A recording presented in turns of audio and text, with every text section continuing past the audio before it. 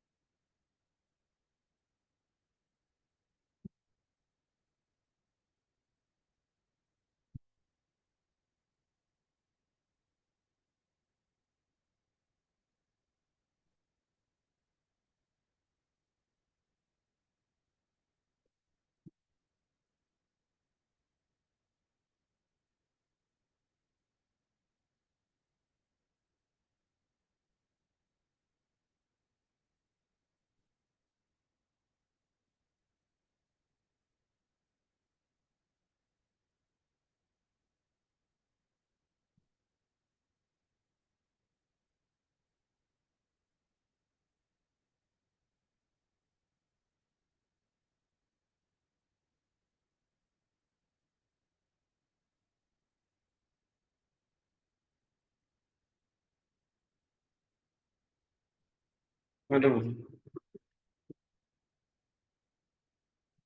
శ్రీచక్రం గురించి చదువుకుంటున్నాం. శ్రీచక్రానికి మానవ దేహానికి ఉన్న సంబంధం ఏమిటి అన్న అంశాన్ని చూసుకున్నాం. దాంట్లో శ్రీచక్రాన్ని గురించి చదువుతున్నాం. అంటే మళ్ళీ ఒక్కసారి ఆ శ్రీచక్రము అంటే ఏమిటి అనే దాని గురించి మనం ఒక క్లుప్తంగా మళ్ళీ ఒక్కసారి చదువుతాం. ఈ జగత్తు చాలా విశాలమైంది. ఈ జగత్తు చాలా విశాలమైంది. దీంట్లో అనేక రకాలైనటువంటి ప్రాణులు ఉన్నాయి. పశువులు, పక్షులు, క్రిములు, కీటకాలు, మానవులు, మృగాలు ఇలాంటి వాళ్ళందరూ నివసిస్తూ ఉంటారు. దీంట్లో ఇవన్నీ పుట్టడానికి అవి చేసుకున్నటువంటి ప్రారంభ కర్మలే కారణంగా అవుతుంటాయి. ఆ ప్రారంభ కర్మల వల్ల పూర్వజంలో చేసుకున్నటువంటి ప్రారంభ కర్మల వల్ల అవి మళ్ళీ ఆ ఆత్మలే మళ్ళీ పుడతాయి అన్నమాట. అవి ఏ విధంగా పుడతాయి అనేటువంటిది వాళ్ళ కర్మ మీద ఆధారపడి ఉంటుంది. పశువులకి అన్నిటికీ కూడా చరాచర అన్నిటికీ కూడా ప్రాణం ఉంటుందని చెప్పుకున్నాం కనుక చరాచరాన్నిటికీ కూడా వాటన్నిటికీ కూడా ఆహారం తీసుకుంటాం అనేటువంటిది తప్పదు, నిద్ర అనేటువంటి తప్పదు, ఐదవ కార్యక్రమం అనేటువంటిది తప్పదు. ఈ మూడిట్లో అన్నిటికీ కూడా ఈ మూడు లక్షణాలు కూడా అన్ని జీవుల్లోనూ ఉంటాయి. కానీ మనిషికి బుద్ధి అనేటువంటిది ఒక మానవుడికి ఆలోచించే శక్తి బుద్ధి, తద్వారా ఆలోచన శక్తి అనేటువంటిది భగవంతుడు కల్పించాడు. అందుకనే మిగతా జీవుల కన్నా కూడా మానవుడు ఉన్నతుడై మెలుగుతున్నాడు. అంతేకాకుండా మెలుగుతూ తనకేం కావాలి, మిగిలిన జీవరాశులకి ఏం కావాలి, మిగతా వాటికి ఏం కావాలి, అవన్నీ కూడా అవసరాలకి వినియోగించుకుంటూ విజ్ఞానాన్ని కూడా అభివృద్ధి చేయగలుగుతున్నాడు. అంతేకాకుండా ఈ విశాలమైనటువంటి విశ్వంలో ఏం జరుగుతుంది అనేటువంటి ఆలోచన కూడా అప్పుడప్పుడు చేస్తూ ఉంటాడు మనిషి. అప్పుడు కాదు ఇప్పుడు చేస్తూ ఉంటాడు మనిషి. ఈ విధంగా ఆలోచన చేయటం అనేటువంటిది రెండు రకాలుగా ఉంటుంది. ఒకటి ఏంటంటే భౌతికంగా చేయొచ్చు, రెండవది ఆధ్యాత్మికంగాను చేయొచ్చు. భౌతికంగా అభివృద్ధి చెందటానికి ఉపయోగించేటువంటి దాన్ని విజ్ఞాన శాస్త్రం అంటారు. ఆ విజ్ఞాన శాస్త్రంతో దాంతో తృప్తి పడక ఈ మనిషి ఏం చేశాడంటే ఆధ్యాత్మికంగా ఆలోచించడం మొదలుపెట్టాడు. ఈ ఆధ్యాత్మికంగా ఆలోచించడంలో అతను కలిగినటువంటి ఆలోచనలు ఏంటంటే అసలు నేను ఎవరు, నేను ఎక్కడి నుంచి వచ్చాను, ఎప్పుడు పుట్టాను, మళ్ళీ చనిపోయిన తర్వాత నేను ఎక్కడికి వెళ్తాను, ఇలాంటి ఆలోచనలు విధమైనటువంటి ఆలోచనలన్నీ కూడా చేయటం మొదలుపెట్టాడు అనమాట మనిషి.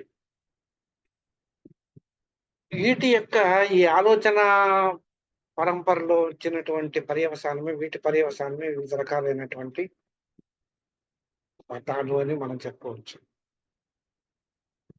శాస్త్రవేత్తలు కూడా అనేక రకాలైనటువంటి పరిశోధనలు చేసి, ఈ భూగోళం ఏ రకంగా ఏర్పడింది, ఈ గ్రహగతులు ఏంటి, జీవరాశులు అంటే ఏమిటి, ఇవన్నీ కూడా మనకి చెప్పటం మొదలుపెట్టారు, చెప్పారు. ప్రయత్నిస్తూనే ఉన్నారు. వాళ్ళ శక్తి కొలది ఆ ప్రశ్నల సమాధానం కోసం ప్రయత్నిస్తూనే ఉన్నారు. అలాగే ఆధ్యాత్మిక చింతనాపరులు కూడా, అంటే ఆధ్యాత్మిక శాస్త్రవేత్తలు కూడా ఆ విధంగానే ప్రయత్నాలు చేస్తున్నాం అన్నమాట. వీరందరి యొక్క పరిశోధన ఫలితం అనేటువంటిది వారి యొక్క ఆలోచన సరళి మీద ఆధారపడి ఉంటుంది. ఆలోచన సరళి మీద ఆధారపడి ఉంటుంది. మామూలుగా భౌతిక శాస్త్రవేత్తలకైతే వాడికి ప్రయోగం చేసి, ఇదిగో సాక్ష్యాధారం ఇది, ఈ నా యొక్క పరిశోధనకు ఫలితం ఇది అని చెప్పి వాళ్ళ యొక్క పరిశోధనల యొక్క ఫలితాన్ని మనకు చూపిస్తూ ఉంటారు. కానీ ఈ ఆధ్యాత్మిక శాస్త్రవేత్తలకు మాత్రం సాక్ష్యం ఏంటి అంటే వేద శాస్త్రాలు మాత్రమే. అందుకనే మన శాస్త్రజ్ఞులు ఏం చేశారంటే, ఈ ఆధ్యాత్మికత అనే దాన్ని ఒక వాదన కింద ఒప్పుకుంటున్నారు కానీ, అది ఒక శాస్త్రీయమైనటువంటి శాస్త్రము అనేటువంటిది దానికి ఒప్పుకోవట్లేదనమాట. అది పక్కన పెడతాం ఇంకా. ఇక ఈ ఆధ్యాత్మికంగా ఉండేవాళ్ళు ఏం చెప్తారంటే, భౌతికంగా మనకు అనుభవించేటువంటి సుఖాలన్నీ కూడా భౌతికమైనటువంటివే. ఈ సుఖాలన్నీ కూడా తాత్కాలికమే. ఆ తాత్కాలికమైనటువంటి సుఖాల కోసమే మనిషి వెంపర్లాడుతూ ఉంటాడు. కానీ అది శాశ్వతం కాదు కనుక శాశ్వతమైనటువంటి సుఖం మనిషికి కావాలి అని చెప్పేటువంటి వాళ్ళు ఎవరై అంటే ఆధ్యాత్మికం అన్నమాట. దీనికోసం అనేక మంది అనేక రకాలైనటువంటి వాదనలు చేశారు. ఈ అనేక రకాలైనటువంటి వాదన చేయటంలో దాని వల్ల వచ్చేటువంటి అనేక మంది చేయటం వల్ల వచ్చినటువంటి ఫలితం ఏంటంటే మతము అనేటువంటిది పుట్టుకొచ్చింది.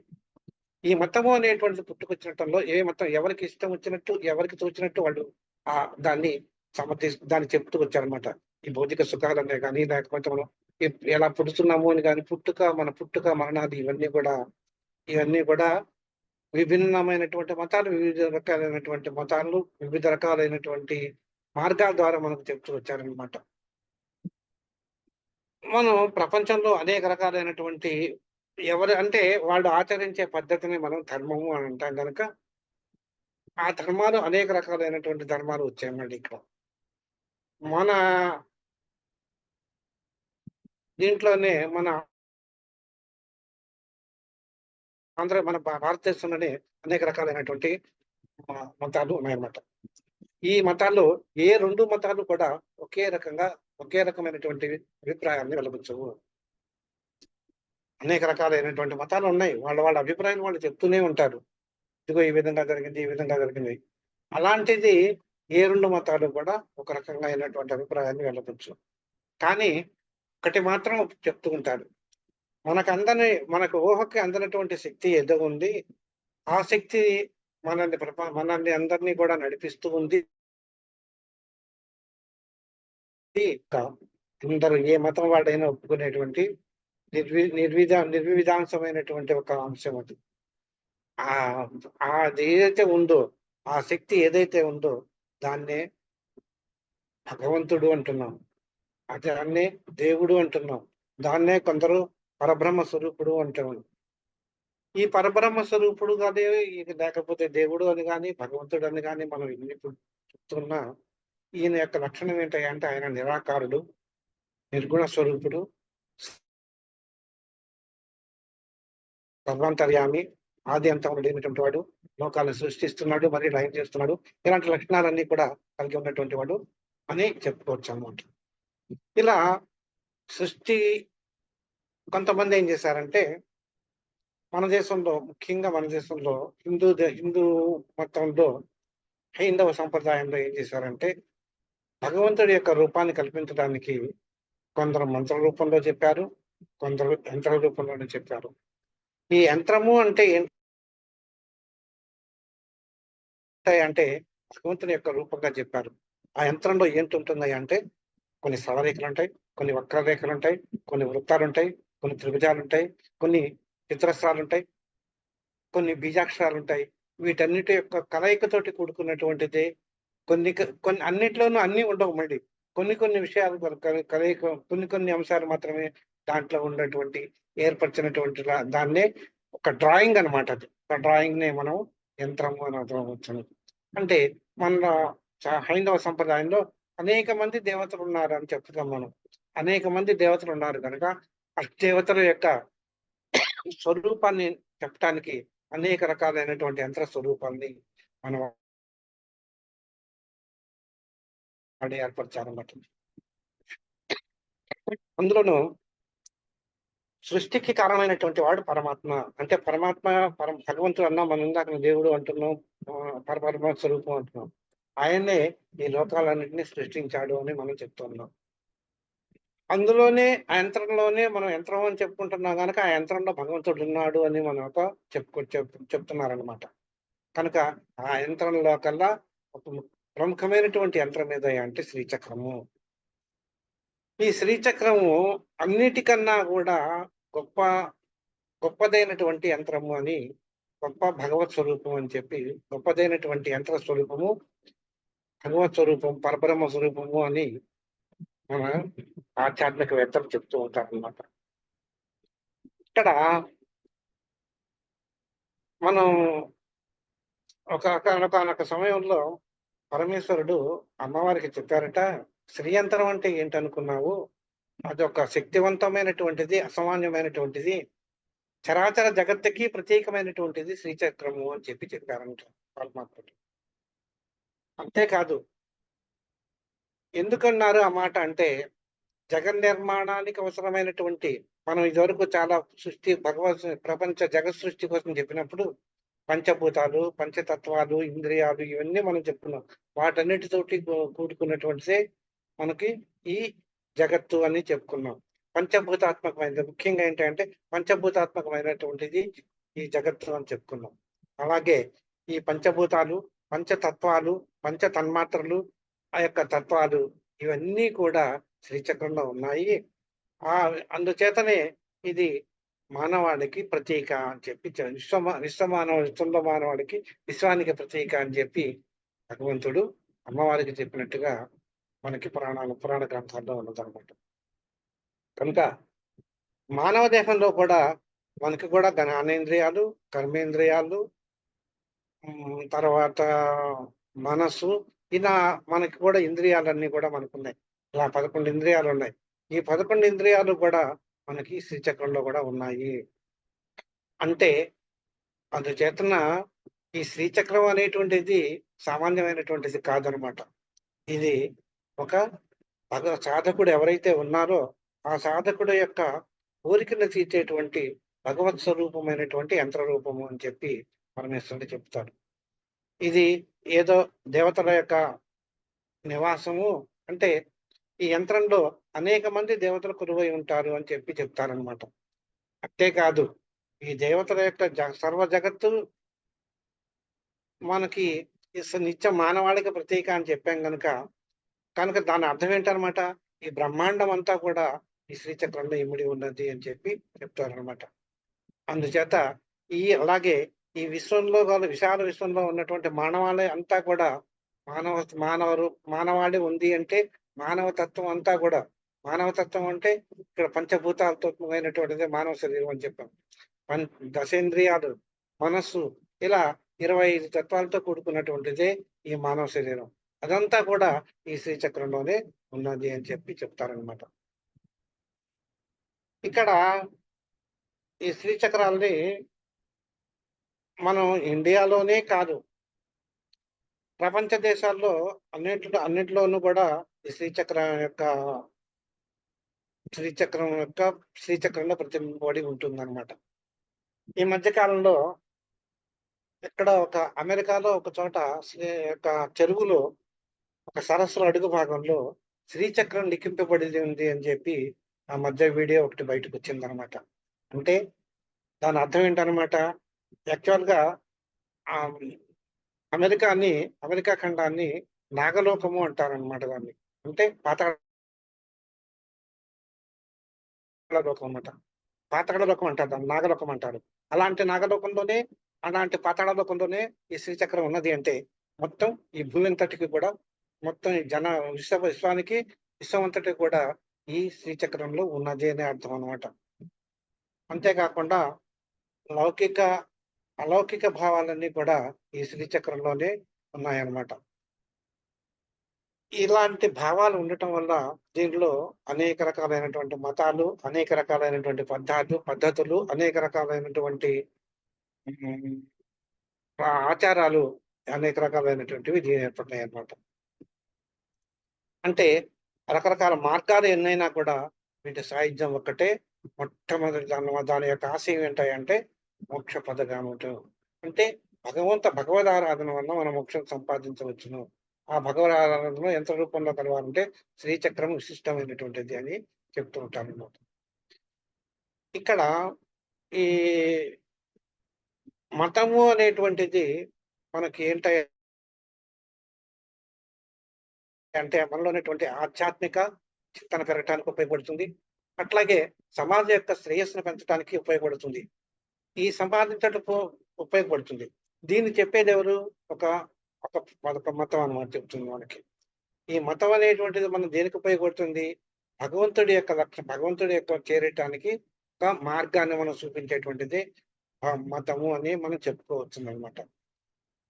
అట్లాగే భగవంతుడు సర్వవ్యాపి. అన్ని చోట్ల వ్యాపించి ఉన్నాడు. ఆది అనంతము లేనివాడు అని మనం చాలా సార్లు మనం చెప్పుకున్నాం. ఎవరైనా సరే, ఏ ఏ మతం వారైనా సరే, ఏ మతస్థుడైనా సరే, ఎవరైనా సరే ఒప్పుకొని తీరాల్సింది ఏంటంటే భగవంతుడు నిరాకారుడు, నిరంజనుడు, సర్వము వ్యాపించి ఉన్నటువంటి వాడు అని చెప్తారు. అలాంటి భగవంతుడు ఒక్కడేనని చెప్తాడు. మనము అది ఏ మతం చూసుకున్నా అదే చెప్తాడు కనుక దీని యొక్క సారాంశం ఏంటంటే భగవంతుడు ఒక్కడే అని చెప్పి. ఈ భగవంతుడు ఒక్కడే అనేటువంటి ఆయన ఎక్కడున్నాడు అని చెప్తున్నాం మనం? శ్రీచక్రంలో ఉన్నాడు అని చెప్తున్నాం. కనుక ఈ శ్రీచక్రాన్ని ఎవరైనా అర్చించవచ్చును అని తెలుస్తుంది దీన్ని బట్టి. అంటే ఈ శ్రీచక్రం అనేటువంటిది యావత్ ప్రపంచంలో ఎవరైనా కూడా పూజింపదగినది. అంటే ఈ ప్రపంచం యావత్ ప్రపంచంలోనూ యావత్ ప్రపంచానికే పూజనీయమైనటువంటిదని ఇంకా తెలుస్తుంది. ఇక్కడ మానవుల కంటే అతీతమైనటువంటి శక్తి కలవారు దేవతలు, యక్షులు, గంధర్వులు. ఇలాంటి వాళ్ళందరూ కూడా మనకంటే దేవతల కన్నా తక్కువ స్థాయి కలిగి, మానవుల కన్నా ఎక్కువ స్థాయి కలిగినటువంటి వాడు. అలాంటి వాడు కూడా ఈ శ్రీచక్రానికి పూజించడానికి అర్హులేను. అంటే ఈ శ్రీచక్రం ఓన్లీ మానవులే కాదు, దేవతల చేత కూడా పూజింపబడుతున్నది అని చెప్పి చెప్తున్నారు శాస్త్రాలు చెప్తుంది. అంటే ఈ మంత్రంలో, అంటే ప్రతి దేవతకి ఒక మంత్రం ఉంటుంది. ఆ మంత్రాన్ని మనం ఎప్పుడైతే ఆ మంత్రానికి అనుగుణంగా ఆ యంత్రం ఉంటుంది, ఆ యంత్రానికి దేవతకు అనుగుణంగా మంత్రం ఉంటుంది. ఆ మంత్రాన్ని మనం పునశ్చరణ చేసినట్టయితే ఆ మంత్రం సిద్ధించి మనకి సకల అభీష్టాలు నెరవేరుస్తుంది అని చెప్పి చెప్తారనమాట. కనుక మనకి ఇక్కడికి సాధకుడైనటువంటి వాడు ఎవరైనా కానీ ఒక భగవంతుని అనుగ్రహం పొందాలంటే 2 మార్గాలు ఉన్నాయి అని తెలుస్తుంది మనకి ఇక్కడ. ఏంటిది? ఒకటి మంత్రము, ఒకటి యంత్రము. కనుక ఈ రెండింటిని ఉపయోగించి భగవంతుని కనుక మనం అర్చన చేస్తే దాన్ని యొక్క ఫలితాన్ని మనం పొందవచ్చును అని చెప్పి చెప్పడానికి అవకాశం చెప్పవచ్చు. కొన్ని చోట్ల మనం మనం ఏం చేస్తామంటే మన అభీష్టం నెరవేరటానికి మనం సామాన్యమైనటువంటి మానవులు. మనకు అనేక రకాలైనటువంటి కోరికలు ఉంటాయి. ఆ కోరికలు సిద్ధించటానికి మనం ఏం చేస్తామన్నమాట, ఏదో ఒక దేవతను తీసుకొని, ఆ దేవతని యొక్క స్థూల రూపాన్ని మనం తీసుకొని, అంటే స్థూల రూపం అంటే ఇక్కడ ఏ ఫోటోనో లేకపోతే ఏ విగ్రహం తీసుకొని అక్కడ పూజించి ఆ పూజకి ఆ పూజ చేసి ఆ దేవతని సంతృప్తి పడ్డాను అని చెప్పి మనం మనస వాచ కర్మణ చేస్తూ మనం తృప్తి పట్టి ఆ రూపాన్ని మనకి ఆ పరమాత్ముడే మనకు కల్పించాడు మన కోరికలు తీర్చడానికి అని చెప్పి మనం తృప్తి పడుతూ ఉంటాము. దీంట్లో ఇలా రావటంలో ఏంటంటే అనేక రకాలైనటువంటి యంత్రాలు ఉన్నాయని చెప్పాం మనకి. ఈ యంత్రాలన్నీ కూడా కొన్ని చతుష్కోణము, కొన్ని అష్టకోణము, కొన్ని షట్కోణము, కొన్ని త్రికోణాల రూపంలో కూడా మనకి కనిపిస్తూ ఉంటాయన్నమాట. ముఖ్యంగా ఈ శ్రీచక్రాన్ని గనక మనం చూసినట్టయితే ఒక పేపర్ మీద కనుక మనం పేపర్ మీద గానీ, నేల మీద గానీ గీసినట్టు చూసినట్టయితే మధ్యలో కొన్ని రేఖలు, కొన్ని ఆవరణలు, కొన్ని కోణాలు, కొన్ని బిందువులు, కొన్ని పద్మాలు ఇలా ఈ దీనంతటిని కూడా ఆవరించి ఉన్నట్టుగా మనకు కనిపిస్తూ ఉంటుంది. దీంట్లో ఉన్నట్టు మనకు కనిపిస్తూ ఉంటుంది. అంతేకాకుండా ఆ కోణాలు ఆ ఆ చక్రంలో అదే కొన్ని చోట్ల శ్రీచక్రంలో మనకి కొన్ని అక్షరాలు కూడా మనకు కనిపిస్తాయి. ఈ అక్షరాలు కేవలం అవి మాత్రం బీజాక్షరాలు మాత్రమే కానీ అవి ఇవి మాత్రం మంత్రాలు మాత్రం కావు. శ్రీచక్రంలో ఉండేటువంటివి బీజాక్షరాలు మాత్రమే. ఆ బీజాక్షరాలకి ఒక్కొక్క దేవత అధీనంలో ఉంటుందన్నమాట. ఇలా బీజాక్షరాలు ఉండటం అనేటువంటిది ఎక్కడ ఏదైతే ఉండాలి అనేటువంటిది ఆయా వారు పాటించేటువంటి సంప్రదాయాన్ని బట్టి ఆధారపడి ఉంటుందన్నమాట. ఈ విధంగా శ్రీ చక్రాన్ని అనేక మంది పూజించి తరిస్తూ ఉంటారు. ఇదంతా కూడా మనకి శ్రీచక్రాన్ని గురించి మనకి చెబుతుంటాం. సరే, ఇది బాగుందండి. శ్రీచక్రం ఎప్పుడు ఆవిర్భవించింది అనేటువంటిది ముందు మనం తెలుసుకుందాం. ఇది జనరల్ గా మనకి విశ్వానికి శ్రీచక్రానికి ఉన్నటువంటి సంబంధం అది. క్లుప్తంగా అది సంబంధం. ఇప్పుడు ఏంటంటే మనం తెలుసుకోవాల్సింది శ్రీచక్రం ఎట్లా ఉద్భవించింది. ఈ శ్రీచక్రంలో ఇందాక మనం చెప్పుకున్నట్టు అనేక రకాలైనటువంటి బిందువులు ఉంటాయి, రేఖలుంటాయి, ఇవన్నీ కూడా త్రిభుజాలు ఉంటాయి అని మనం చెప్పుకున్నాం. ఇప్పుడు శ్రీచక్రం ఎట్లా ఉద్భవించింది? మనం ఇదివరకు చాలా సార్లు మనం పరమాత్మ స్వరూపుడు ఒక్కడేను అని మనం చెప్పుకుంటూ సృష్టికి ఆరంభంలో అంతా శూన్యంగానే ఉంటుంది. అప్పుడు నిరాకారుడైనటువంటి పరమాత్మ స్వరూపుడు ఒక్కడే ఉన్నాడు అని మనం చెప్పుకున్నాం అన్నమాట. ఆ నిరాకారుడైన పరమాత్మ స్వరూపం నుంచి ఒక అవ్యక్త రూపం పుట్టుకొచ్చింది. దాన్నే అని కూడా మనం చెప్పుకున్నాం. అది ఆయన ఒక తేజో రూపంలో ఉన్నాడు, లేదా బిందు రూపంలో ఉన్నాడు. ఒక అవ్యక్త రూపం బయటకు వచ్చింది. ఆ అవ్యక్త రూపాన్ని దాన్నే విమర్శాంశ అని మనం చెప్పుకున్నాం దాన్ని. ఇలా విమర్శాంశ అవ్యక్త రూపాన్నే మనం విమర్శాంశ అని చెప్పాము. అయినంత మాత్రం చేత ఆ బిందువు యొక్క తన స్వరూప స్వభావాన్ని, లక్షణాన్ని అవేమి కోల్పోదు. కోల్పోకపోగా అదేం చేస్తుందన్నమాట, దాని నుంచి విడిపోయినటువంటి ఇంకొక బిందువు ఇంకొక రూపానికి అంటే అవ్యక్త రూపమైనటువంటి విమర్శాంశకి దాన్ని ఏం చేస్తుందన్నమాట, అదే లక్షణాలు పులికిపుచ్చుకుంటూ వస్తాయి. ఎందుకంటే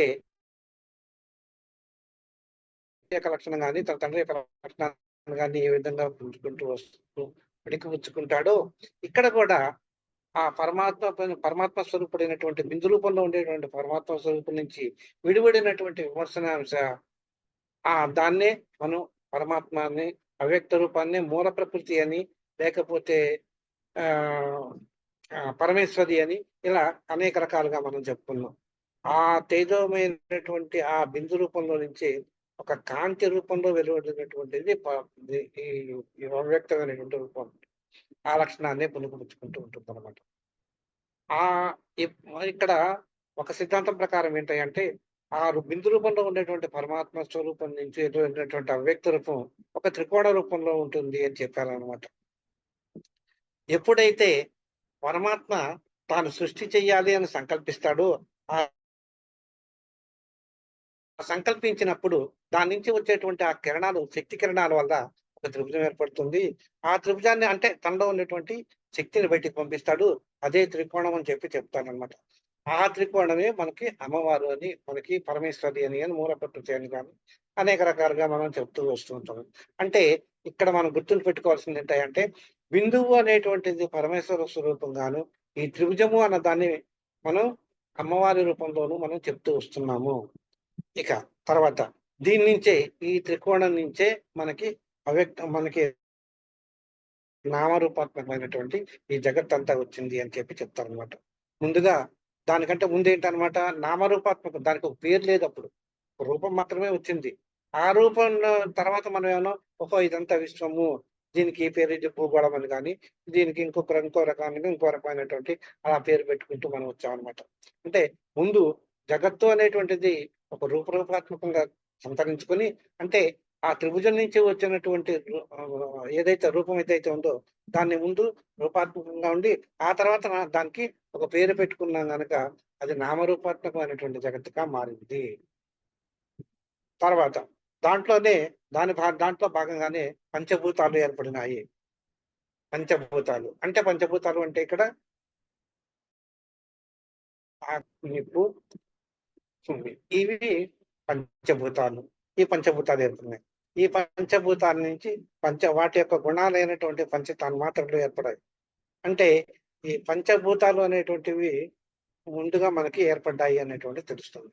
అంటే శూన్యం ఎక్కడైతే ఉందో ఆ శూన్యం నుంచి ఆకాశం. మనం ఏం చెప్పుకున్నాం, అంతకు ముందు ఏమీ లేదు, సృష్టికి ప్రారంభంలో మనకేం లేదు, అంత శూన్యంగా ఉండేది అని చెప్పాం. మనకి అక్కడి నుంచి వచ్చింది ఏంటనమాట, ఆకాశం అనేటువంటిది వచ్చింది. ఈ ఆకాశం మనకు కనిపిస్తున్నటువంటి ఆకాశం కూడా మనం శూన్యంగానే భావించవచ్చు అనమాట. దానికి అంటే ఆకాశం నుంచి ఆకాశం శూన్యమైంది కాబట్టే ప్రాణులన్నీ కూడా ఎదగటానికి అవకాశం కల్పిస్తోంది అని చెప్తారన్నమాట. ఈ ఆకాశం నుంచే మనకి మిగిలినటువంటి మిగిలినటువంటి పంచభూతాల్లో ఆకాశం తప్ప మిగతా అవన్నీ ఉన్నాయి కదా ఇంకాను, అవన్నీ కూడా వాటి నుంచి ఏర్పడిందని చెప్పారనమాట. అలాగే దాని నుంచే ఇంద్రియాలు దాని నుంచే జీవరాశులు, దాని నుంచే రూప రూప అంటే జీవరాశులు అన్ని ఏర్పడినాయి. ఈ జీవరాశులతో అంటే దాని నుంచి వచ్చినటువంటి అనేక రకాలైనటువంటి జీవరాశులతో కూడుకున్నటువంటిది జగత్తు కనుక ఆ జగత్ అంతా కూడా దాని నుంచి ఏర్పడింది. అంటే ఇవన్నీ కూడా అలాగే ఈ త్రికోణం నుంచే మనకి ఓంకారం అనేటువంటిది కూడా పుట్టిందని చెప్తారన్నమాట. ఈ ఓంకారం నుంచి ఎప్పుడైతే సౌండ్ దాంట్లో అచ్చులు, అల్లులు ఇవన్నీ కూడా వస్తాయన్నమాట.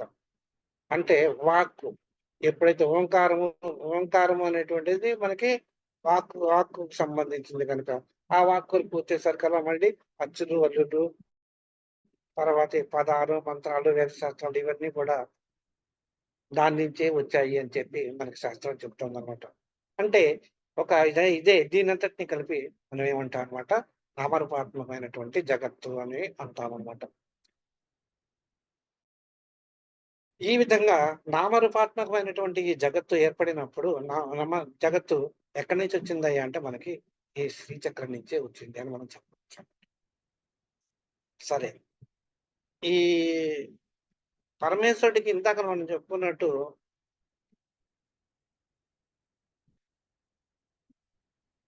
శ్రీచక్రం అనేటువంటిది మనకి ఎక్కడి నుంచి మనకి పరమేశ్వరుడు తన సంకల్పం చేసుకున్నప్పుడు సృష్టి చెయ్యాలి అంటే అప్పటి వరకు ఉన్నటువంటి కొన్ని జీవుల్ని మళ్ళీ సృష్టించాలి, మళ్ళీ ఒక జగత్తును సృష్టించాలి అన్న వచ్చినప్పుడు దాని నుంచి వచ్చినటువంటి దాని నుంచి ఆయన నుంచి మనకి ఏమవుతుందంట విమర్శరూపిణి అనేటువంటి ఒక శక్తి బయటకు వచ్చింది అనమాట.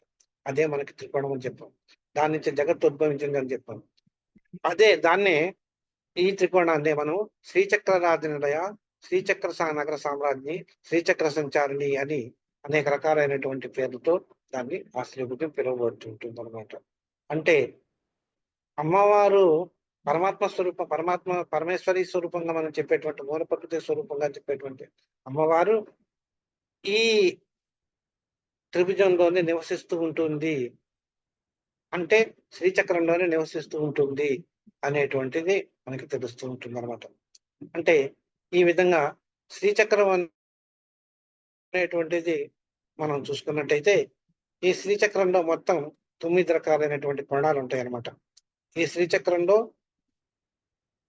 ఊర్ధ్వముఖంగా ఉండేటువంటి 5 కోణాలు సృష్టికి సంబంధించినటువంటి శక్తి కోణాలు, అధోముఖంగా ఉండేటువంటి నాలుగు రకాలైనటువంటి త్రిభుజ కోణాలు అన్ని కూడా సంహార రూపమైనటువంటి శివకోణాలుగా పరిగణింపబడతాయి. వీటన్నిటి యొక్క కలిగితే ఏర్పడిందే శ్రీచక్రము. అంటే ఇందాక మనం వచ్చినటువంటి త్రిభుజము, ఆ త్రిభుజం అనేక త్రిభుజాల కింద మారి, అంటే ఆ త్రిభుజము 9 త్రిభుజాల కింద మారిందనమాట.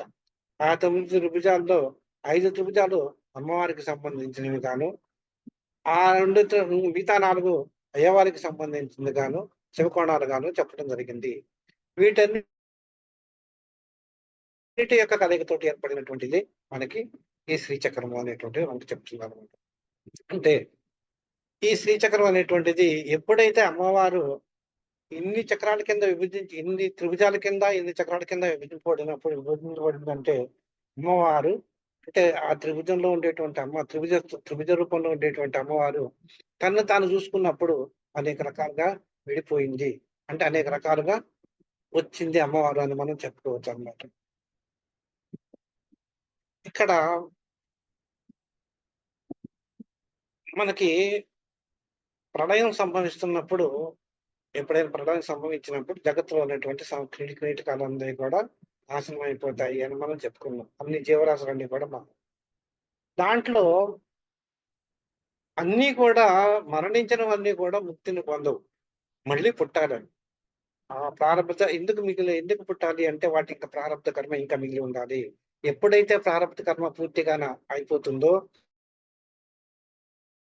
అవి మోక్షాన్ని పొందుతాయి అని చెప్పి. అలా ప్రారంభ కర్మ పూర్తి కానివన్నీ కూడా మళ్ళీ అవన్నీ కూడా ఏం చేస్తాయన్నమాట, మళ్ళీ అమ్మవారిలో కలిసిపోతాయి. ఆ త్రిభుజంలో కలిసిపోతాయి. ఆ త్రిభుజంలో కలిసిపోయి మళ్ళీ ఏమవుతాయి అనమాట, మళ్ళీ ఆ పూర్ణ బిందువులో కలిసిపోతాయి అన్నమాట. అంటే అవి ఇందాక మనం చెప్పుకున్నటువంటి విమర్శ రూపం గాని, లేకపోతే అవ్యక్త రూపాన్ని గాని, దాన్నే చిచ్చక్తిగా మారి చిశక్తిగా మారుతుంది. చిశక్తి అని కూడా మనం అంటాం అనమాట. అవన్నీ కూడా ఏమంటారన్నమాట, ప్రారంభ కర్మ జవాలన్నీ కూడా మనం ఏమవుతాయన్నమాట, చిశక్తి కింద మారి అవన్నీ కూడా మిగిలిన జీవంతో కలిసి పరబ్రహ్మలో కలిసిపోతాయి అని చెప్పుకోవచ్చు అనమాట. ఇటువంటి స్థితిలోనే పరబ్రహ్మ పూర్ణ బిందు రూపంలో ఉంటాడు. ఎప్పుడంటే ఇవన్నీ కూడా జీవ సరాశులన్నీ కూడా ఎప్పుడైతే తనలో ఇమిడి ఉంటాయో, ఆ ఇమిడి ఉన్నప్పుడు ఆయన పూర్ణ బిందు రూపంలో ఉంటాడు అని చెప్పి మనకి చెప్తున్న శాస్త్రాలు చెప్తాం. ఇలా ఏర్పడినటువంటి ఈ శ్రీచక్రం అంతా కూడా, ఈ సృష్టి అంతా కూడా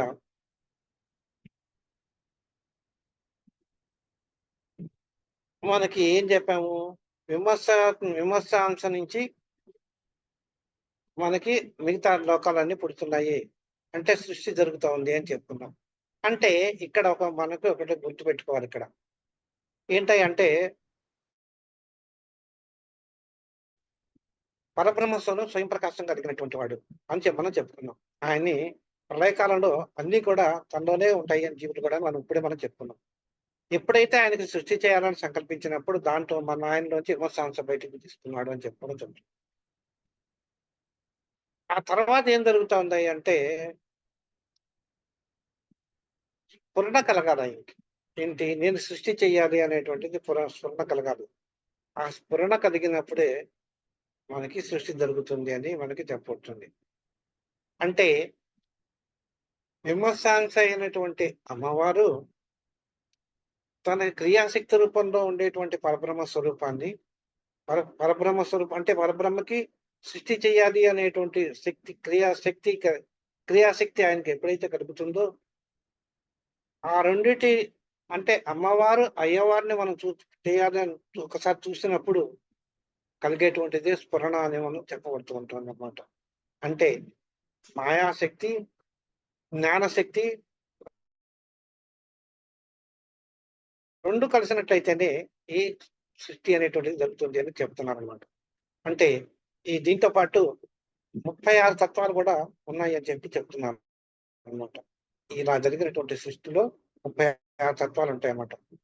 అవి ఏంటంటే శివుడు శక్తి 2, సదాశివుడు మహేశ్వరుడు 2, శుద్ధ విద్య మాయ 2, కళ, విద్య, రాగము, కాలము, నియతి అనేటువంటివి 5, ప్రకృతి, పురుషులు అనేటువంటివి 2, బుద్ధి, అహంకారం అనేటువంటివి 2, మనసు అనేటువంటిది 1, ఇంద్రియాలు 10, తన్మాత్రలు 5, పంచభూతాలు 5.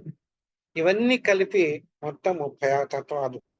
ఈ 36 తత్వాలతో కూడుకున్నటువంటిదే ప్రపంచం అనేటువంటిది మనకి వేద శాస్త్రాలు మనకి చెప్తున్నాయి.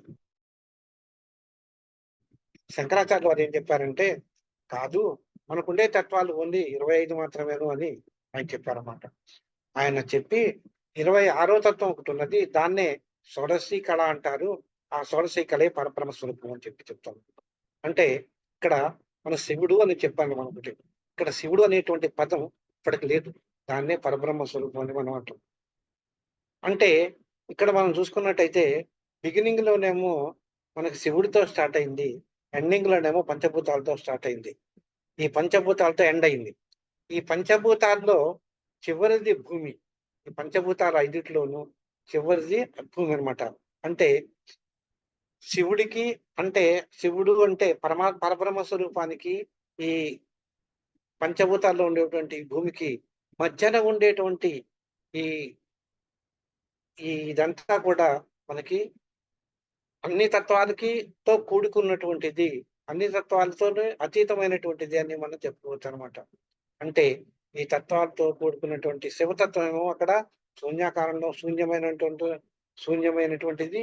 అంటే నిరాకారుడు కనుక పరమేశ్వరుడు పరబ్రహ్మ స్వరూపం నిరాకారుడు కనుక దాన్ని శూన్యం అని మనం అనుకుంటే ఆ అదే బిందువు అవుతుందన్నమాట. అది అవ్యక్తము అని మనం చెప్పుకుంటూ వస్తున్నాము. దాన్ని మనం చెప్పలేమనమాట. అలాగే భూమి. ఇక్కడ భూమికి ఏంటనమాట ఇవన్నీ కూడా ఒక తేజవంతమైనటువంటి ఆ బిందువు నుంచి మనకేమవుతుందనమాట తేజవంతమైనటువంటి కిరణాలన్నీ కూడా మనకి వెలువడుతూ ఉంటాయి. ఇలా ఈ రెండిటికి మధ్య ఉన్నటువంటి భూమికి, పరమేశ్వరుడికి అంటే భూమి ఆకాశములకు మధ్య ఉన్నటువంటి ఇదంతా ఈ జగత్తంతా కూడా ఇంక్లూడింగ్ మానవులు, జీవరాశులన్నీ కూడా పంచభూతాత్మ అంటే మనకి ఇక్కడ అనేక రకాల 36 తత్వాలతోటి కూడుకున్నటువంటి జీవరాశులు అదే విశ్వము అని మనకి చెప్తున్నారన్నమాట. ఇదే ఎవరైతే ప్రతి జీవి యందు కూడా పరబ్రహ్మ స్వరూపము అనేటువంటి పరబ్రహ్మ స్వరూపాన్ని చూడగలుగుతాడో, అర్థం చేసుకోగలుగుతాడో అతను మోక్ష పదానికి అర్హుడవుతాడు. అంటే ఎప్పుడు పాసిబుల్ అవుతుంది అది అంటే మనలో ఉండేటువంటి అరిషడ్ వర్గాలన్నింటినీ కూడా జయించి చరాచర జీవితో ఉన్నటువంటి ప్రతి జీవిలోనూ పరమేశ్వరుడు ఉన్నాడు, పరబ్రహ్మ స్వరూపం ఉన్నది అనే నమ్మకం కలిగినప్పుడు, నమ్మకంతోటి ఆ పరబ్రహ్మ ఎదుటి మనిషిలో ఉండేటువంటి ఎదుటి మనిషిలో కాదు, ఎదుటి జీవిలో పరబ్రహ్మ స్వరూపాన్ని చూడగలిగినప్పుడు అతడే జ్ఞాని అవుతాడు. అట్టి జ్ఞానికే పరబ్రహ్మ స్వరూపం పరమాత్మ సాక్షాత్కారం అనేటువంటిది కలుగుతుంది. అతనే మోక్షానికి అర్హుడు కాగలడు. ఇది ఇక్కడ ఇంకొకటి ఏంటంటే ఇంకొకటి చెప్తాను. కాలచక్రం అంటే ఈ బిందువు అనేటువంటి పరబ్రహ్మ స్వరూపం అనేటువంటిది బిందు రూపంలో ఉంటుంది. ఈ బిందు రూపం అనేటువంటిది మనం చెప్పుకున్నాం కనుక ఈ బిందువుకి ఏముంటుంది అనమాట సున్నా లాగా ఉంటుంది అనమాట. ఉత్తర రూపంలో ఉంటుంది.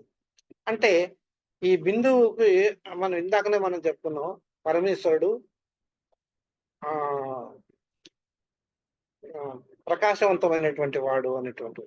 అంటే ప్రకాశవంతమైనటువంటి వాడు అని మనం ఎప్పుడైతే చెప్పుకున్నామో ఆ పరమేశ్వరుడి నుంచి అనేక రకాల ఆ బిందువు నుంచి అనేక రకాలైనటువంటి కిరణాలు వస్తుంటాయి. అంటే 360 డిగ్రీల కోణంలోనూ నుంచి కూడా ఇప్పుడు కూడా మనకి కిరణాలు వస్తూ ఉంటాయి అని మనకు తెలుస్తూ ఉంటుంది అనమాట. ఇదే కాలపురుషుడు. దీన్నే కాలపురుషుడు అంటాం. అంటే మనకి ఈ ఎప్పుడైతే ఈ కారణాలు ప్రసరిస్తూ ఉంటాయో లేదా ఈ వృత్తానికి లేదా బిందువుకి 360 డిగ్రీలు ఉంటాయి కనుక అదే కాలపురుష యొక్క రూపం అని మనకి ఈ శాస్త్రం చెప్తోందన్నమాట. ఈ శ్రీచక్రం అనేటువంటిది సూర్యుడు, చంద్రుడు, అగ్నికి అనే మూడు ఖండాలుగా ఉంటుందన్నమాట. అంటే 3 రూపాల్లో ఉంటుందన్నమాట. ఇందులో అగ్నికి సంబంధించి 108 జ్వాలలుంటాయి. 8 కళలుంటాయి. అంటే కిరణాలన్నమాట. అంటే అదేంటండి అగ్నికి చెప్తాను, వస్తాను అక్కడికి. చంద్రుడికి 136 కళలుంటాయి. సూర్యుడికి 116 కిరణాలుంటాయి అని చెప్తా. మొత్తం కలిపి 360. అంటే ఏవండీ, మీరు అగ్నికి ఎన్నో కొన్నే చెప్పారు కదా! 108. సూర్యుడికేమో 130, 116 అని చెప్పారు. చంద్రుడికేమో 136 కిరణాలుంటాయని చెప్పారు. అదేంటండి? అంత జ్వాలాయమానంగా సూర్యుడు ప్రకాశిస్తూ ఉన్నప్పుడు ఓన్లీ 116 ఉంటాయా? అంతేనా ఉండేది? ఇంకెక్కువ ఉండవా అని అడగొచ్చు. అంటే ఉంటాయి. అగ్నికి గాని, చంద్రుడికి గాని, ఇవన్నీ గూడా, సూర్యుడికి గాని, అవన్నీ కూడా స్వయం ప్రకాశకాలు. వాటి నుంచి ఎప్పుడూ కూడా వారి నుంచి కూడా ఎప్పుడు కూడా కిరణాలు వెలువడుతూనే ఉంటాయి. అన్ని దిశలా వెలువడుతూ ఉంటాయి. వాటిలో ముఖ్యమైనటువంటి కిరణాలు ఏవైతే ఉన్నాయో వాటిని మాత్రమే తీసుకున్నారనమాట. ఆ ముఖ్యమైనటువంటి కిరణాల్లో అగ్నిలో 108 జ్వాలలను తీసుకున్నారు.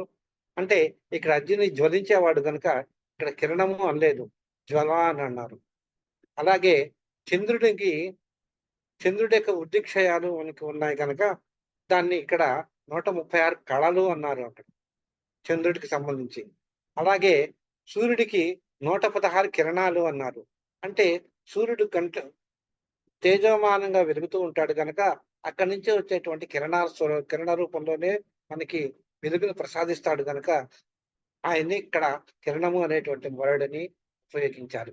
కనుక ఈ సూర్యునికి సంబంధించి 116 కిరణాలు అత్యుత్తమమైన, అంటే అంటే విశిష్టమైనటువంటివిగా తీసుకున్నారన్నమాట. ఇవన్నీ కలిగి ఇవన్నీ కూడా కలిపి మొత్తం నూట 108, 136, 116 ఇవన్నీ కలిపితే 360. ఇదే కాలస్వరూపం అని చెప్పారన్నమాట. అంటే ఈ రకంగా మనకి ఈ చంద్ర, సూర్య, అగ్నులను ఇవేం చేస్తున్నాయన్నమాట. పిండాండము అంటే మానవ శరీరము, బ్రహ్మాండము అంటే విశ్వం. వీటన్నిటిని కూడా ఆవరించి తిరుగుతూ ఉండటం వల్ల ఒక ఒక తిరగటాన్ని ఒక ఆవృతము అని అంటారనమాట. ఆ ఆవృతం అనేటువంటిది జరుగుతూ ఉంటుందన్నమాట. ఇలాగా మనకి దీన్నే మనకి ఇదే పరమ రహస్యమైనటువంటి కిరణ రూపం, కిరణ స్వభావం, కిరణ తత్వం అని మనకి చెప్తున్నాయన్నమాట. అలాగే మనకి మానవ శరీరంలో కూడా షట్చక్రాలు అనేటువంటివి కొన్ని ఉన్నాయన్నమాట. ఆ షట్చక్రాలు అనేటువంటివి అంటే 6 చక్రాలన్నమాట. మూలాధార చక్రం. దాంట్లోనేమో 56 కిరణాలు ఉన్నాయని చెప్తారు. మణిపూరక చక్రంలోనేమో 108 అగ్ని జ్వాలలు ఉన్నాయని చెప్తారు. స్వాదిష్టాన చక్రంలో 62 కిరణాలు ఉన్నాయని చెప్తారు. అనాహత చక్రంలో 94, వెరసి 116. ఇవన్నీ కూడా సూర్యునికి సంబంధించినటువంటి కిరణాలుగా చెప్తారు. అంటే ఆధార చక్రంలో 36, ఆధార చక్రంలో 56, మణిపూర చక్రంలో 52 కలిపి మొత్తం 108 అగ్ని జ్వాలలుగా చెప్తారు. అగ్ని రూపాలుగా చెప్తారు. అలాగే స్వాదిష్టాన చక్రంలో ఉండేటువంటి 62ను, అనాహత చక్రంలో ఉండేటువంటి 54 మొత్తం కలిపి 116 కిరణాలుగా చెప్తుంటాను. అంటే విశుద్ధ చక్రంలో ఉండేమో 173, 72, ఆజ్ఞా చక్రంలో 64 మొత్తం కలిపి 136 చక్రాలుగాను, చంద్రకళలుగా చెప్తూ ఉంటారు. ఇవన్నీ కలిపి ఈ కిరణాలు కలిపి మొత్తం 136 ఇవి చంద్రకళలుగా చెప్తుంటారు. ఇవన్నీ కలిపి మనకేంటాయన్నమాట 360 కిరణాలు అన్నమాట. ఇవే కాలచక్రాన్ని సూచిస్తాయి అని చెప్పి, ఒక సంవత్సరాన్ని చూపిస్తుంది అని చెప్పి చెప్తారనమాట. అంటే దీన్ని బట్టి మనకు అర్థమవుతుంది ఏంటనమాట, బ్రహ్మాండంలోనూ అగ్ని, సూర్య, సోమకిరణాలు మనకున్నాయి. మన దేహంలో కూడా అగ్ని, సూర్య, సోమకిరణాలు మనలో కూడా ఉన్నాయి అని చెప్పి చెప్తూ ఉంటారు. అంటే మన శరీరమే బ్రహ్మాండము అని మనకి అర్థమవుతోందన్నమాట. కనుక ఇది యొక్క ఈ ఈ శ్రీ విద్య అంటే అమ్మవారికి సంబంధించినటువంటి ఏ విద్య అయితే ఉందో దాన్నే శ్రీ విద్య అంటారన్నమాట. ఆ శ్రీ విద్య అనేటువంటిది చంద్రుడికి సంబంధించినటువంటి తిథుల రూపం, చంద్ర విద్య అంటారు దాన్ని. ఈ చంద్ర విద్యలో కళల రూపంలో ఉంటే మనకి అమ్మవారి చంద్రుడి యొక్క కళలు తిథుల రూపంలో మనకు చెప్తూ ఉంటాయి. ఆ తిథుల రూపంలో ఎట్లాగంటే మనకి పాడ్యమి నుంచి పౌర్ణమి వరకు బహుళ శుక్లపక్షం అని, మళ్ళీ పాడ్యమి నుంచి అమావాస్య వరకు బహుళపక్షం అని వెరసి 15, 15, 30 12 నెలలు కాబట్టి 12, 30, 365 రోజులుగా మనం పరిగణిస్తుంటాం. దీన్ని విభజన చేశారనమాట. ఎట్లాగంటే 15 తిథులు అంటే ఒక పక్షంగాను, 2 పక్షాలు కలిపి ఒక మాసంగాను, 2 మాసాలు కలిపి ఒక ఋతువుగాను, 3 ఋతువులు కలిపి ఒక అయనంగాను, 2 అయనాలు కలిపి ఒక సంవత్సరంగాను, ఒక సంవత్సరం అంటే 300 రోజులుగాను మనకి చెప్పారనమాట. ఇది ఈ విధంగా మనకి ఈ కాల విభజన అనేటువంటిది చేశారనమాట. ఈ కాల విభజన అనేటువంటిది చేసి మనకి ఈ పరమేశ్వరి యొక్క ఈ దీన్ని మనకి శ్రీచక్ర రూపంలో మనకి అమ్మవారు ఉంది కనుక, ఆ అమ్మవారి యొక్క రూపాన్ని ఎక్కడుంది అమ్మవారు శ్రీచక్రంలో ఎక్కడుందంటే త్రికోణంలో ఉంటుందని చెప్పారు. ఆ త్రికోణంలో వైందవ స్థానము అంటే మధ్యస్థానంలో అమ్మవారు కొలువై ఉంటుంది అని చెప్పారనమాట. ఆ మధ్యస్థానంలో ఉండేటువంటిది బిందు రూపం కూడా అక్కడే ఉంటుంది. బిందువు అంటే అమ్మవారు ఆ బిందువులో పరమేశ్వరునితోటి కొలువై ఉంటుంది అక్కడ అని చెప్పి చెప్తారు. ఇక్కడ శ్రీ విద్యా పరంగా అక్కడ అమ్మవారిని కామేశ్వరి, కామేశ్వరులు అని చెప్తారనమాట. కామేశ్వరుడి, కామేశ్వరి, కామేశ్వరులుగా చెప్తూ ఉంటారనమాట. ఈ విధంగా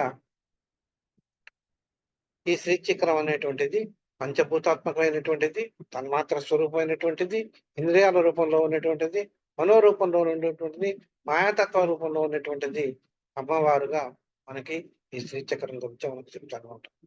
అండ్ ఈ ముఖ్యంగా ఈ ఎప్పుడు మనకి సూర్యుడు ఉదయించటం అంటే సూర్యుడు ఉదయించిన దగ్గర నుంచి డే టైం అంతా కూడా మనకి సూర్యకిరణాల ప్రభావం మన మీద ఉంటాయి. అలాగే రాత్రంతా కూడా మనకి చంద్రకిరణాల ప్రభావం మన మీద ఉంటాయి. మిగతా రోజుల్లో మిగతా అగ్నినేమో ఎల్లవేళలా మనలో ఉండేటువంటి అగ్నులు మనతో ఉంటాయి, మనతోనే ఉంటాయి.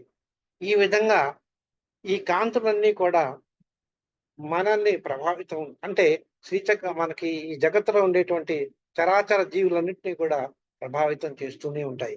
అంటే ఈ కిరణాలు కలిగినటువంటి అమ్మవారు, ఈ కిరణ స్వరూపిణి అయినటువంటి అమ్మవారు మనందరినీ కూడా సకల జీవులను అంటే ఈ బ్రహ్మాండంలో ఉన్నటువంటి జీవులందరినీ కూడా మనకి ప్రభావితం చేస్తుంది అని మనం చెప్పుకోవచ్చు అనమాట. అంటే ఒక సంవత్సరం దాన్ని ఒక సంవత్సరానికి స్వరూపుణ్ణి ప్రజాపతి అని అంటారనమాట. ఈ ప్రజాపతి మరీచి మొదలైనటువంటి మహర్షులందరినీ కూడా పుట్టించారు. వీళ్ళందరూ కూడా లోకాన్ని రక్షించేటువంటి వాళ్ళు అన్నమాట. అలాగే జగత్తుని యొక్క సృష్టిని భవుడు, రక్షణ, మృడు సృష్టి చేసేటువంటి వాడినేమో భవుడు అన్నారు, రక్షణ చేసేటువంటి వాడినేమో మృడు అన్నారు, లయం చేసేటువంటి వాడినేమో హరుడు అని అమ్మవారు వాళ్ళందరినీ కూడా ఆయా పనులు చేయటానికి నియమించింది అనమాట. ఈ విధంగా మనలో ఈ విధమైనటువంటి కిరణాలన్నీ కూడా మనలో ఉండేటువంటి ఈ మనలో ఉండి మన చక్రాల్లో కూడా ఉండి ఇవన్నీ కూడా మనల్ని ఈ ఈ అమ్మవారు మనకి ఎక్కడుంటుంది వైందవ స్థానంలో అంటే త్రికోణ ఆజ్ఞాచక్ర సహస్రంలో ఉంటుంది. ఈ సహస్రారంలో ఉండేటువంటి అమ్మవారు మనకేం చేస్తుంది అనమాట, తన కిరణాలన్నింటినీ కూడా మన మన మన శరీరంలోకి ప్రసరింపజేసి మనల్ని ప్రకాశింపజేస్తుంది అని మనం చెప్పుకోవచ్చు అనమాట. ఈ విధంగా మనకి ఈ ఈ కిరణాలు అనేటువంటివి అమ్మవారి యొక్క కిరణాలు ఈ శ్రీచక్రంలో ఉంటూ శ్రీచక్రంలో ఎలా ఉన్నాయి, మన దేహంలో ఉండి మనల్ని ఎలా ప్రభావితం చేస్తున్నాయి అనేటువంటిది మనం చెప్పుకున్నాం. అలాగే మనం నెక్స్ట్ దీంట్లో అమ్మవారి యొక్క చక్ర రూపం ఏంటి, అమ్మవారి యొక్క దేహ రూపం ఏంటి, ఇవన్నీ కూడా మనం నెక్స్ట్ క్లాస్ లో మనం తెలుసుకోవడానికి ప్రయత్నం చేస్తాం. అమ్మవారు వాక్ రూపంలో కూడా మనకు దర్శనమిస్తుంది అనమాట. ఆ వాక్ రూపాలు ఏంటి, ఆ వాక్ రూపాల యొక్క దాని యొక్క లక్షణం ఏంటి, అమ్మవారి యొక్క వాక్ రూపాలు 4 ఉంటాయి ప్రత్యేకంగాను. పరా పశ్చంతి, మధ్యమ, వైఖరి అనేటువంటివి ఆ 4 రూపాల్లో ఉంటుంది. వాటి యొక్క అవంటే ఏంటి? అమ్మవారు మనల్ని ఎలా మనల్ని ఆ శ్రీచక్రంలో ఉంటూ ఎలా ఉంటుంది?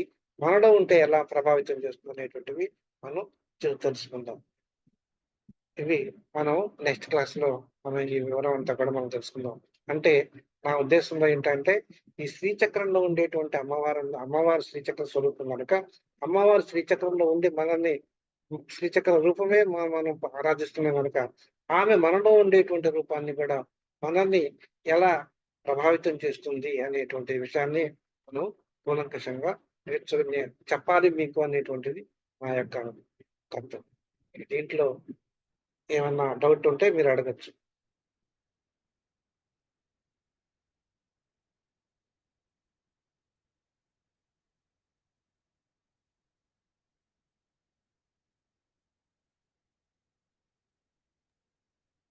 లేదండి. నాకైతే ఏం లేవండి. ఓకే అండి. అయితే స్వస్తి చెప్పేస్తాను. హ్మ్. లే సర్వే జనాః సుఖినో భవంతు. లోకాః సమస్తః సుఖినో భవంతు. సర్వే తత్సత్యం.